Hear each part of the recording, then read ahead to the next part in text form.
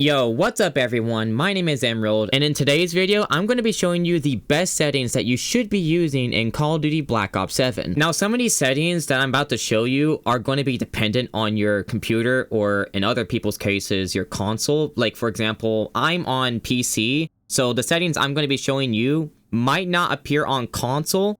So just keep that in mind. Now, starting off on the controller settings, this is really all personal preference. I'm not going to be able to show you some keyboard and mouse settings because I personally don't play on keyboard and mouse. But if you play on keyboard and mouse, like I said, it's all personal preference. But anyway, moving forward. So on the button layout tab, I personally like to use tactical flip because one, I like to slide with my R3 button and I like to melee with my circle button. And two, I personally like to use my bumper buttons to aim and shoot and my triggers to throw the lethal and use my stim. So that's why I swapped my bumpers and triggers. Now in the sensitivity tab, I personally like to use 3.20 on both horizontal and vertical. But if you haven't found your perfect sensitivity, then what I recommend is that you turn up your sensitivity all the way to max, and then you go into a private game. And then once you get into a private match, I recommend you play a small map like Hijack, and then you want to set your time limit to the maximum you can set it to. Max out your score limit. Make sure you're playing a game like free-for-all. I don't exactly know how you add bots in this game right now, but you want to add some bots in your private match. And while you're in a private match shooting some bots, you want to slowly turn down your sensitivity until you find a sensitivity that fits perfectly with you. And in my case, my sensitivity is 3.20. And then if you scroll all the way down to the dead zone, and then you want to turn your left stick min and your right stick min all the way down, and you want to keep increasing the dead zone until you find the dead zones perfect for your joystick, until your joystick stops stick drifting. And the freaking game disconnected me. Frick. Why does every time I try to make a video, I always end up getting disconnected? Oh, and I fricked up my sensitivity. What the frick? And if you scroll down more to the trigger dead zone sensitivity, I don't know why the frick this is an option. This should not be a freaking option, but you want to turn this all the way down. Also, I recommend you turn your trigger effects off. Oh, and before I forget, I recommend you turn off your controller vibration as well. Now, you want to move to your aiming tab, and you want to go to the aiming advanced tab right here. And you also want to turn your aim response curve to dynamic. And then you go to your movement tab. You want to turn your sprint assist on. You want to make sure that your assist delay is at 0. Most of these settings are personal preference, but I recommend you turn your slide dive behavior to slide only. And I also recommend you make sure that sprint restore and slide maintain sprint is turned on. On the combat tab, you want to go all the way down here and you want to change your armor plate behavior to apply 1. Now moving on to the graphics tab, for your display mode, you want to make sure that you're using full screen borderless or exclusive. Technically, full screen exclusive is better because you get a little bit less input lag, but the reason why I use full screen borderless is because if you use exclusive and if you press the Windows key, it'll tab out of the game, and the only way you can look at your game is if you click back into the game. But if you use borderless, you can press your Windows key and the game will not tab out and it'll still show in the background. Now, if you scroll down, if you have an NVIDIA GPU like my computer, you'll probably see an NVIDIA Reflex low latency tab right here. This is all going to depend if you're CPU or GPU bound on your computer. If you don't exactly know if you're CPU or GPU bound in this game, then you can go to interface, you can go to the telemetry tab, you can turn on the graphics card time and the CPU time. And if you look on the top right of your screen, you'll see a GPU and CPU time meter. And then you want to go into an actual game. Simply put, if your GPU time is lower than your CPU time, then keep this on.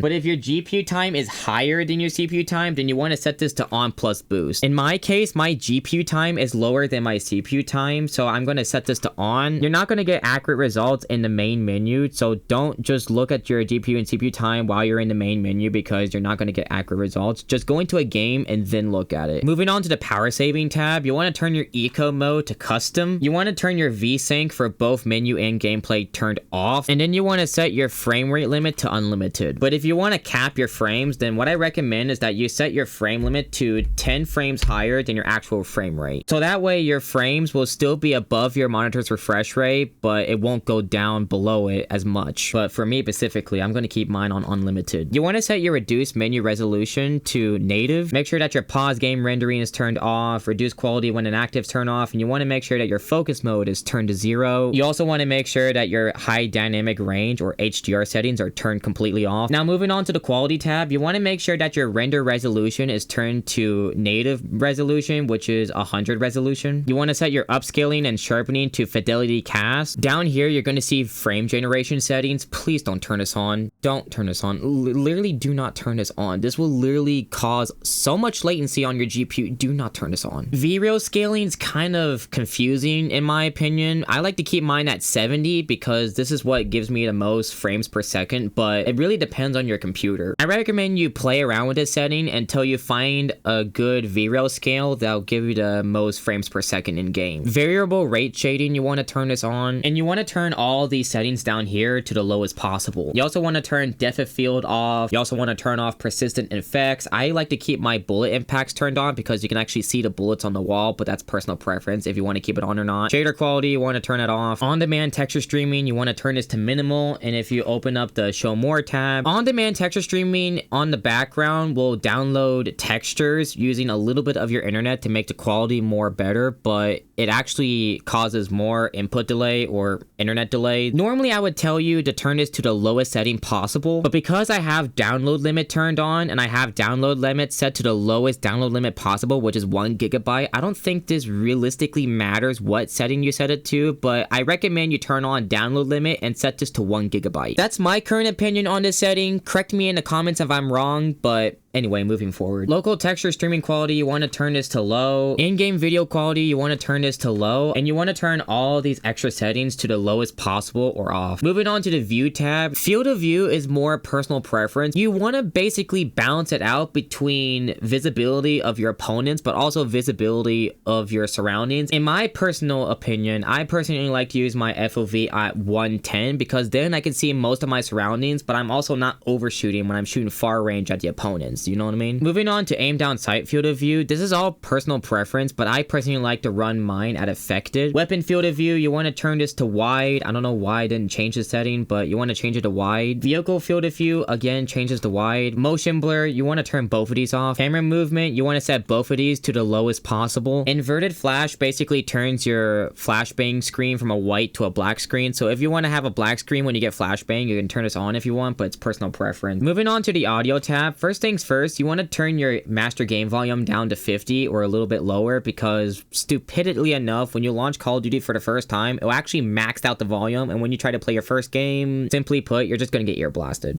You're just going to get ear blasted if you keep this at max, so just turn it down a little bit, you know? Now, when you press the show more button, you want to turn your gameplay music volume to 0, or if you actually like the music, you can keep it on if you want. Dialogue volume, I like to turn this down to 25. Effects volume is basically every single in-game sound, so you want to keep this at max unless you want to turn it down, then it's completely up to you. Cinematic music, you want to turn this down to 0, but like I said with the gameplay music, if you actually want to hear the music, you can keep it on if you want. One misconception I see a lot of YouTubers try to explain to others is that they want everyone to change this at maximum, but what others don't realize is that a lot of YouTubers out there like to use custom mixers like an XLR mixer or a virtual mixer like Voicemeeter. And in my case, if I click on to my SteelSeries client, I'm currently using SteelSeries Sonar, and when you're using a virtual mixer or an XLR mixer, you can customize the volume and sound of a lot of these different virtual ports right here. So I can turn down my game volume or my chat volume, but I like to keep these both high because I prefer to change the volume in game itself. Simply put, if you don't mess with your actual headset volume, like if you have the little headset with the cord and the little wheel on the cord, or if you have a headset with a little dial on the side of the ear cup, if you don't mess with your actual headset volume and then all of a sudden you change this at the max volume possible and then you play a game, then long story short, you're gonna get freaking air blasted. You're just gonna get freaking air blasted. Do not max this out. Keep this at freaking 50 or below. And if you use a virtual mixer or an XLR mixer, then I recommend that you turn off your equalizer. I know a lot of YouTubers will talk about using custom EQs in your headset, but me personally, I